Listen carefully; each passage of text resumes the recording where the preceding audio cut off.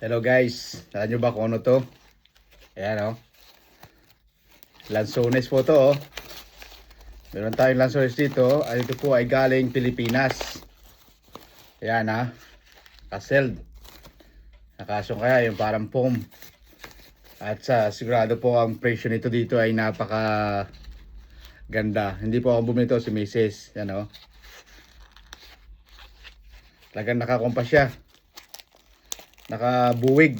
Lanzones. Okay naman siya. Pero inyo, nakabot sa United Kingdom ang lanzones galing Pilipinas. Buong buo pa Ayan So try natin.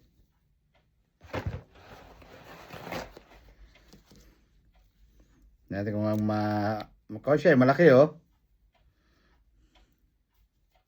Paborito ko po to Yan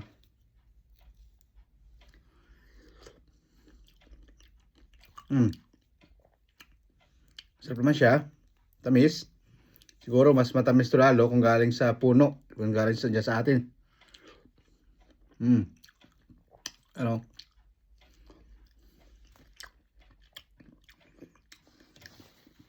Matamis siya. Pero yun, bakit magal to ng ganito katagal, Hindi siya nabulok.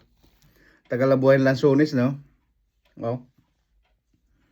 Siguro wag lang tanggalin dito kaya matagal. Masarap siya, matamis.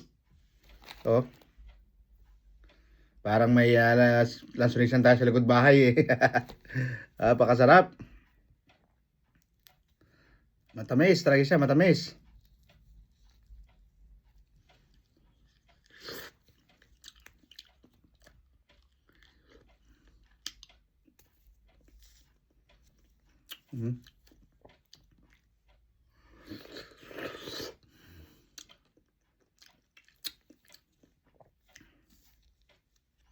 May mga buto-buto din.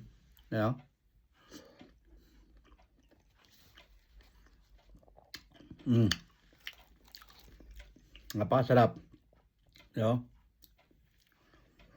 May mga kwan siya, yung maitim-itim na. Pero nakapagtaka ng tagal ng buhay ng lanzones, Galing pang Pilipinas. Biro nyo, nakalagay sa kwanto siguro, cargo. Hindi naman siguro ito sa aeroplano. Nabili po namin doon sa magtitinda dito. Napakasarap Isa pa.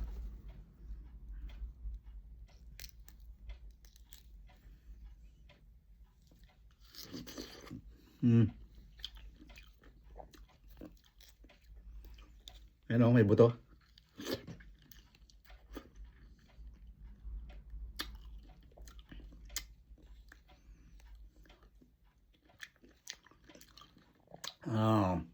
Sarap.